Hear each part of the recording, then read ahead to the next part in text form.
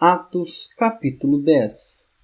Em Cesareia morava um homem chamado Cornélio, que era centurião de uma companhia do exército chamada Italiana. Era piedoso e temente a Deus, com toda a sua casa, fazendo muitas esmolas ao povo e orando sempre a Deus. Um dia, por volta das 3 horas da tarde, durante uma visão, esse homem viu claramente um anjo do Senhor que se aproximou dele e lhe disse: Cornélio! Este, fixando nele os olhos e possuído de temor, perguntou: O que é, Senhor? E o anjo lhe disse: As suas orações e as suas esmolas subiram para a memória diante de Deus. Agora envie mensageiros a Jope e mande chamar Simão, que também é chamado de Pedro. Ele está hospedado com Simão, curtidor, cuja residência está situada à beira-mar.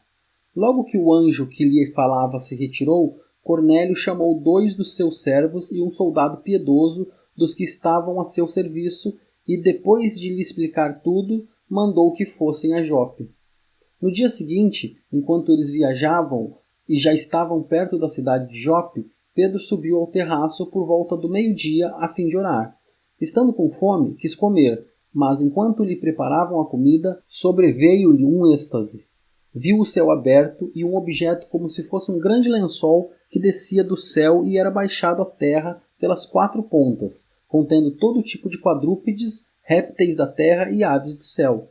E ouviu-se uma voz que se dirigia a ele: Levante-se, Pedro, mate e coma. Mas Pedro respondeu: De modo nenhum, Senhor, porque nunca comi nada que fosse impuro ou imundo. Pela segunda vez, a voz lhe falou: Não considere impuro aquilo que Deus purificou. Isso aconteceu 3 vezes e em seguida aquele objeto foi levado de volta para o céu. Enquanto Pedro estava perplexo sobre qual seria o significado da visão, eis que os homens enviados por Cornélio, tendo perguntado pela casa de Simão, pararam junto à porta. Chamando, perguntaram se ali estava hospedado Simão, que também é chamado de Pedro.